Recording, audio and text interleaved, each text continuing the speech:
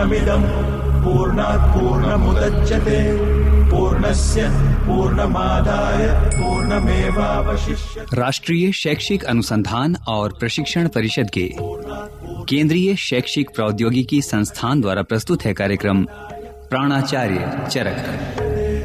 पूर्णमदं पूर्णमिदं पूर्णात् पूर्णमुदच्यते पूर्णस्य पूर्णमादाय पूर्णमेवावशिष्यते।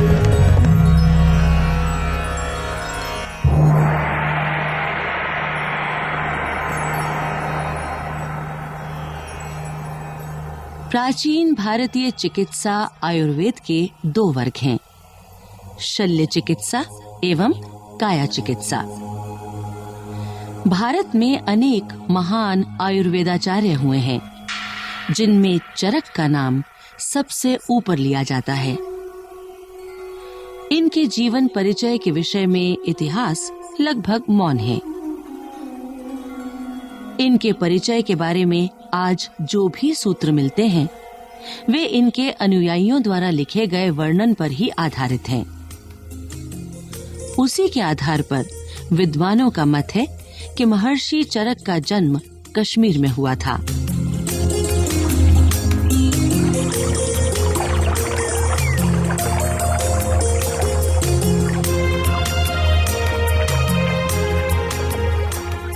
इनके पिता का नाम वेद वेदांगी बताया जाता है, जो अपने समय के प्रसिद्ध वेद शास्त्री थे। ये बचपन से ही जड़ी बूटियों और रोगों के निदान में बहुत रुचि रखते थे। एक दिन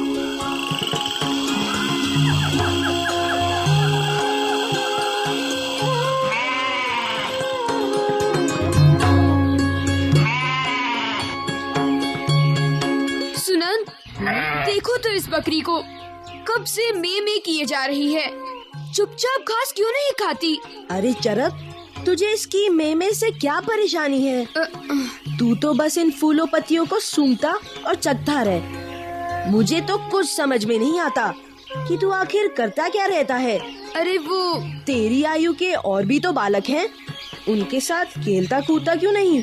अरे भाई, प्रश्न पर प्रश्न ही करते जाओगे या सांस भी लोगे? अच्छा सुनो, पहले मैं तुम्हारे पहले प्रश्न का उत्तर देता हूँ। वो ये कि बकरी इतनी जोर से में कर रही है, इसके शोर से ध्यान भंग होता है और कानों पर बुरा असर पड़ता है। हाँ? और धीरे धीरे कुछ समय बाद आदमी बहरा भी हो सकता है। अच्छा, क्या ऐसा भी हो सकता है? हाँ बिल्कुल। लगातार तेज और कर्कश ध्वनियाँ कानों के पर्दे को कंपित करती हैं। यदि आवाज बहुत तेज हो तो पर्दा फट भी सकता है। अच्छा,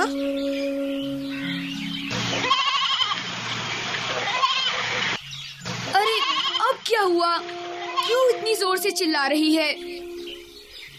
मित्र चरक, देखो तो, इसके मुंह से तो झाग निकल रही है। क्या कहा? झाग निकल रही है? हाँ।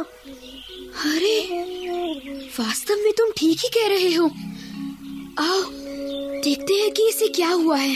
हाँ। मित्र सुनंद। हाँ? ये तो मर गई है। लेकिन अचानक घास खाते खाते ये कैसे मर गई? यहाँ तो कोई सांप बिच्छू जैसा जहरीला जीव जंतु भी नहीं दिख रहा। जहरीला जीव जंतु? मैं समझ गया। ये देखो, इस घास के बीच में कुछ गहरे हरे रंग की घास को देखो। ये अवश्य ही जहरीली है मित्र। इसको खाने से ही इस बकरी की मृत्यु हुई है। मित्र, भला घास भी कभी जहरीली होती है? हाँ मित्र, मैं सच कह रहा हूँ। मेरे पिताश्री ने मुझे बताया था कि कुछ घास जहरीली होती है। तुम्हें विश्वास नहीं होता तो बकरी के मुंह पर लगी घास को देखो। पीछे कहीं भी ऐसी घास नहीं है, केवल इसी स्थान पर है। इसी कारण पीछे घास खाने पर बकरी को कुछ नहीं हुआ, जबकि यहाँ की घास खाने पर इसकी मृत्यु हो गई। हाँ मित्र, तुम ठीक ही कहते हो। वास्तव में ऐसा ही लगता है। क्षमा करना, मैंने तुम्हें गलत समझा। अरे नहीं मित्र, मित्रता में क्षमा की कोई आवश्यकता नहीं होती। वैसे भी तुमने कोई गलत बात नहीं कही। यदि मैं तुम्हारे स्थान पर होता तो मैं भी ऐसा ही सोचता। बस एक प्रार्थना है, जरा इस बकरी को उठवाने में मेरी थोड़ी सी मदद कर दो। मैं घर पर जाकर इसकी जांच करूंगा और साथ ही इस घास की भी, कि इसमें कैसा और कितना तेज जहर है। ध्यान से।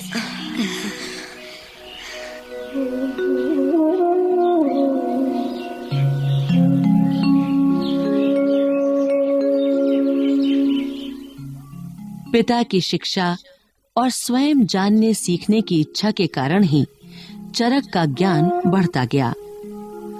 आयुर्वेद के विभिन्न आयाम, योग, शरीर परीक्षा आदि विषयों के ज्ञान में वे अपने साथी विद्यार्थियों में सबसे आगे रहते थे।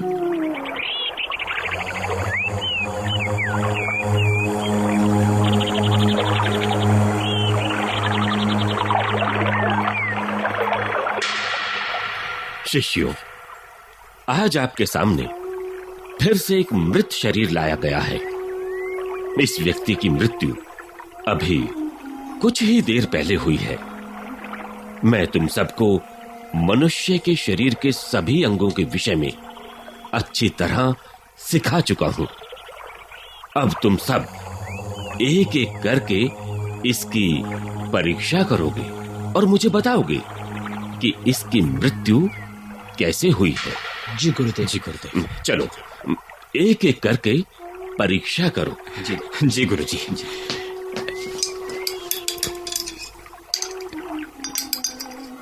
गुरुजी, इसकी मृत्यु तो स्वाभाविक रूप से हुई है।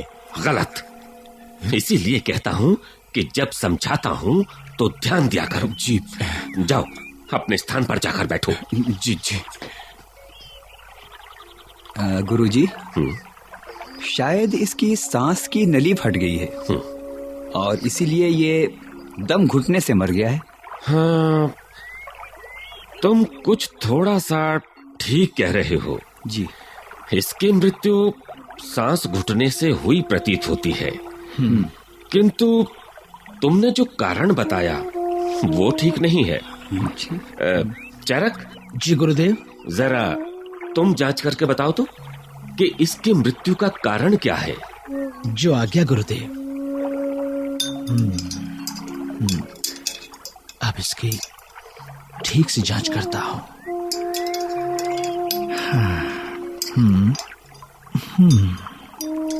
हाँ? हाँ? अरे ये तो जिंदा है। गुरुदेव। गुरुदेव, ये आदमी तो जिंदा है। क्या कह रहे हो चरक? हाँ। मरा हुआ आदमी भला जिंदा कैसे हो सकता है? ठीक से परीक्षा करो। मैं ठीक कह रहा हूँ गुरुदेव। ये आदमी 100% जिंदा है। क्योंकि इसके हृदय में अभी भी स्पंदन है। स्पंदन है? हाँ गुरुदेव, इसे अवश्य ही कोई सदमा लगा है अथवा हृदय के कोष्ठ बंद हो गए हैं। इस कारण इसकी सांस बंद हो गई और सबने सोच लिया कि यह मर गया है। किंतु गुरुदेव, इसे अभी भी ठीक किया जा सकता है। ठीक किया जा सकता है? वो कैसे? गुरुदेव, कुछ वर्ष पहले मुझे जहरीली घास की एक प्रजाति मिली थी। हाँ। मैंने उसके जहर पर कुछ अनुसंधान किया और एक दवा तैयार की है।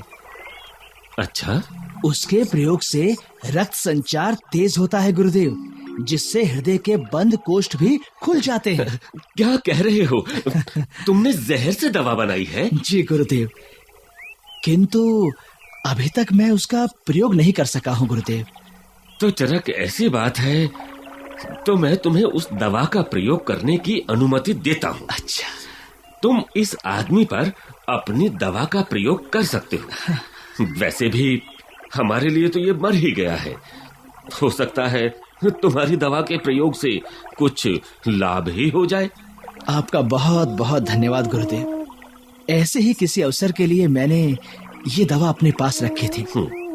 आप देखिएगा गुरुदेव, आपके आशीर्वाद से कुछ ही पलों में ये व्यक्ति उठ खड़ा होगा।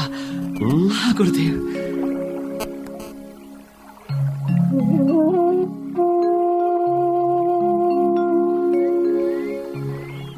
हाँ, अब मैं अपनी दवा का इस पर प्रयोग करता हूँ। हाँ, बोतल खोलता हूँ। हाँ, हाँ,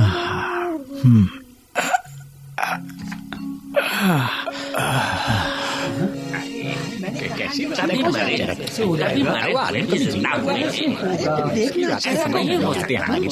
जानते।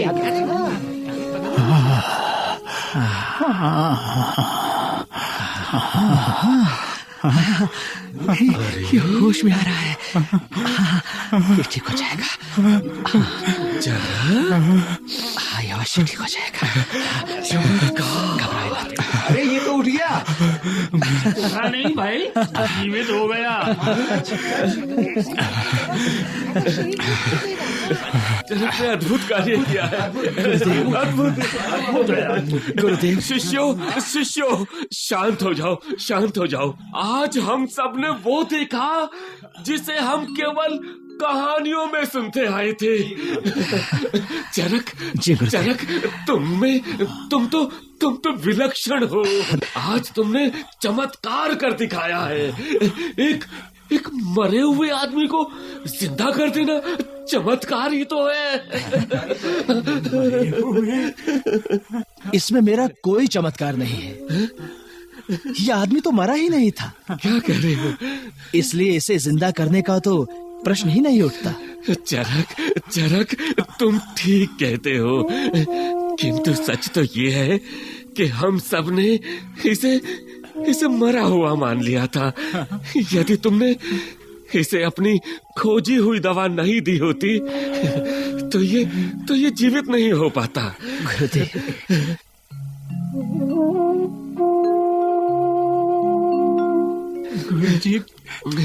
गुरुजी नमस्कार। क्षमा करें, मैं यहाँ क्यों हूँ? कौन मुझे यहाँ लाया है?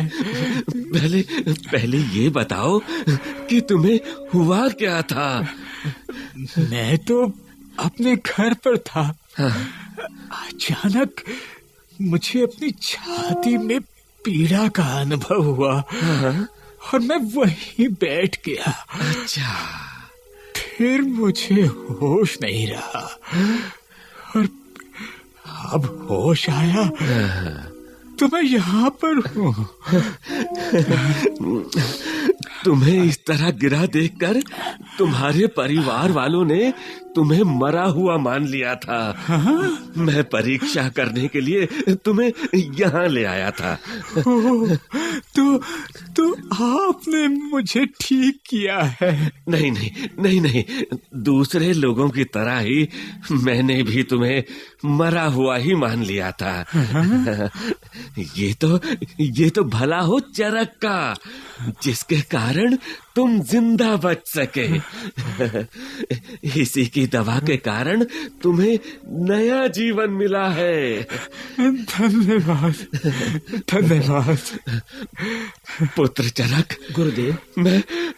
मैं तुम्हें आशीर्वाद देता हूँ कि तुम्हारा नाम आयुर्वेद के आकाश में सूर्य की तरह चमकता रहेगा। हाँ, चमकता रहेगा। धन्यवाद गुरुदेव।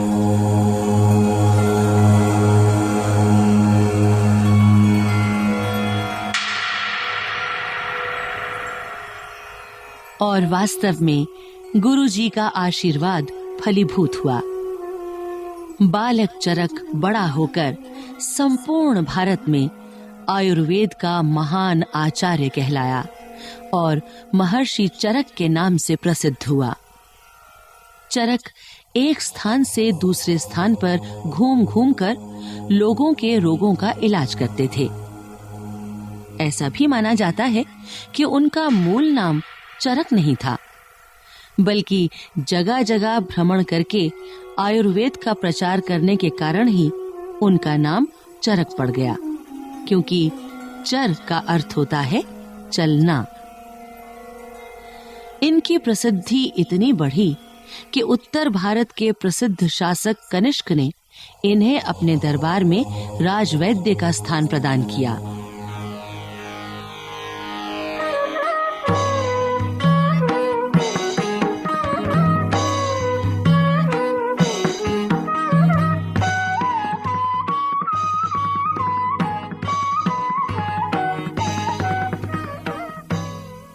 महाराज, महर्षि चरक पधारे हैं। महर्षि चरक, उन्हें आदर सहित भीतर ले आओ। जी महाराज।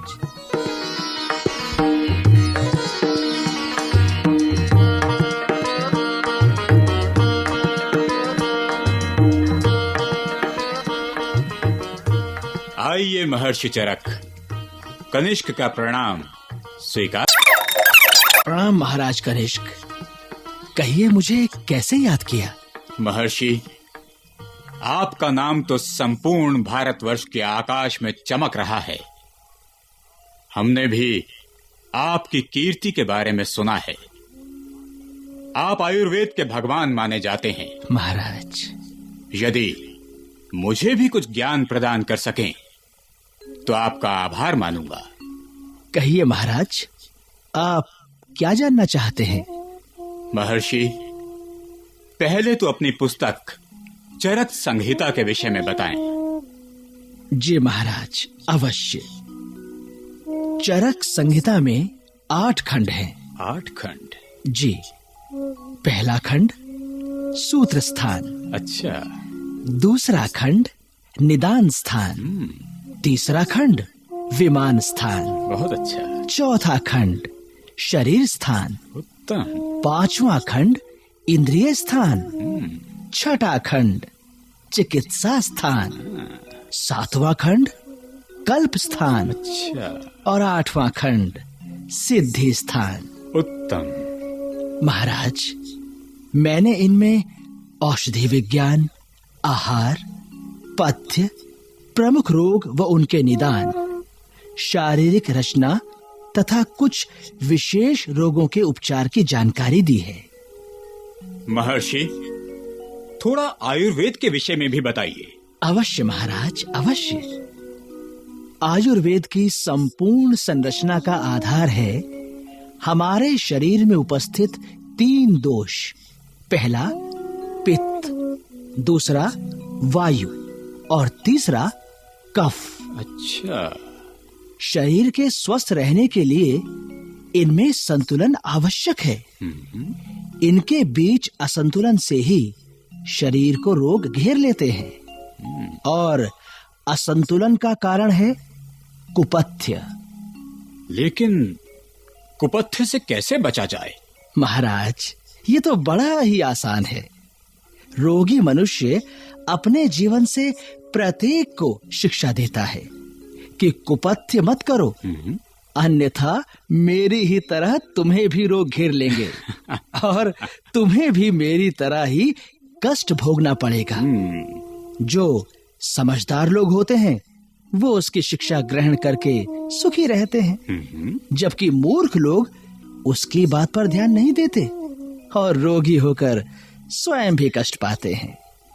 अतः सभी रोगों से दूर रहने का एक ही उपाय है और वो है सुपथ्य और सदाचारी जीवन। महर्षि चरक, लोगों ने आपके विषय में जो कुछ बताया था वास्तव में आप उससे भी बढ़कर हैं। महाराज, चरक संहिता जैसा ग्रंथ लिखकर आपने मानव समाज की बहुत सेवा की है। क्षमा कीजिए महाराज, किंतु मुझे लगता है कि चरक संहिता के लिखने में मेरा कुछ भी योगदान नहीं है। मैंने तो इसमें कुछ सूत्रों को संजोया भर है। मूल कृति तो महर्षि अग्निवेश द्वारा रचित अग्निवेश संहिता है। अच्छा। जिसे मैंने थोड़ा सा सरल करके लिख दिया है, बस। अतः चरक संहिता के सम्मान के सच्चे भागीदार भी ऋषि अग्निवेश ही हैं, मैं नहीं। वाह वाह महर्षि चरक, धन्य हैं आप जो इतना महत्वपूर्ण कार्य करके भी उसका श्रेय नहीं लेना चाहते। महर्षि, यदि आपको कष्ट ना हो महाराज, तो हम आज ही आपको अपने राज्य का राजवैद्य घोषित करते हैं। महाराज, इसमें भला कष्ट कैसा? ये तो मेरा सौभाग्य होगा जो यहाँ की जनता की सेवा करने का मुझे सुअवसर मिलेगा। आपका बहुत बहुत धन्यवाद महर्षि चरक। धन्यवाद।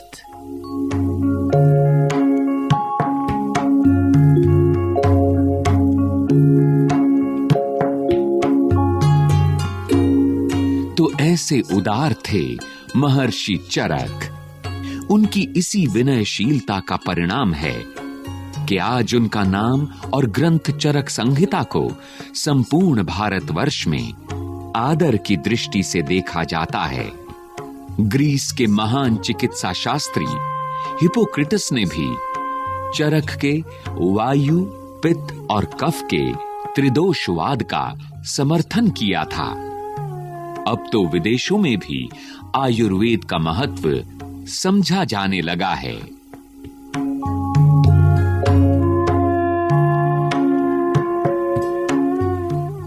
प्राणाचार्य चरक। पूर्णमदः पूर्णमिदं पूर्णात् पूर्णमुदच्यते। अभी आप सुन रहे थे ये कार्यक्रम। शोध एवं विषय संयोजन डॉक्टर जितेंद्र सिंह, आलेख जय प्रकाश विलक्षण, कलाकार सुचित्रा गुप्ता, बाबला कोचर, सुनील लोहिया, प्रवीण शर्मा, राजेश आहूजा, आकाश और आशीष इलाहाबादी। ध्वन्यांकन अमिता भट्टी। निर्माण सहयोग दाऊ दयाल चतुर्वेदी तथा निर्माण एवं प्रस्तुति अजीत होरो। पूर्णमदः पूर्णमिदं पूर्णात् पूर्णमुदच्यते पूर्णस्य पूर्णमादाय पूर्णमेवावशिष्यते।